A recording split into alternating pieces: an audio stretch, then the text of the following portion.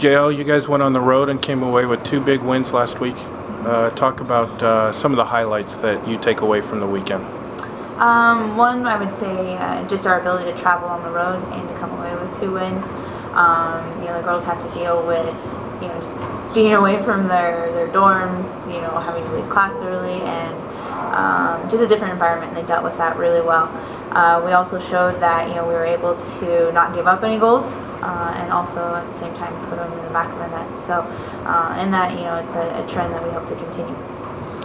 It seems like every weekend it's somebody new stepping up and coming through for you. So talk about the play of Mackenzie Grow this past weekend. Right. Ken has been knocking on the door for several games now in terms of how she's been striking on goal. And this weekend, it finally went in, and I asked her, Ken, if you could just relieve my stress a little bit sooner in the game and put that in earlier. But it was fantastic strikes by her.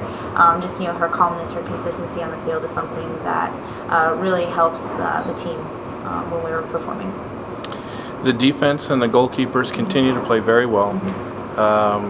This is the longest shutouts winning streak we've ever had. Really? Do you sense now that other teams are really trying to focus even more to be the one team that's going to break that scoreless streak against us? I wouldn't say that that's on their mind. I think they're always just looking, and we always start the game at 0-0, and so it's always who can be the first to score a goal against against your opponent in that. So I don't think that's something on our opponent's mind. I might be wrong on that though. In that we were fortunate against George Fox a few times in terms of Ashley came up huge. There was 2 one-on-one breakaways literally with about 2 minutes left in the game, and that's where we've been blessed right now with some very good performances by our players in goal as well as on the back line. Now we've got a challenging weekend coming up with Pacific Lutheran and Puget Sound coming in. Talk about matchups and what you expect to see this weekend.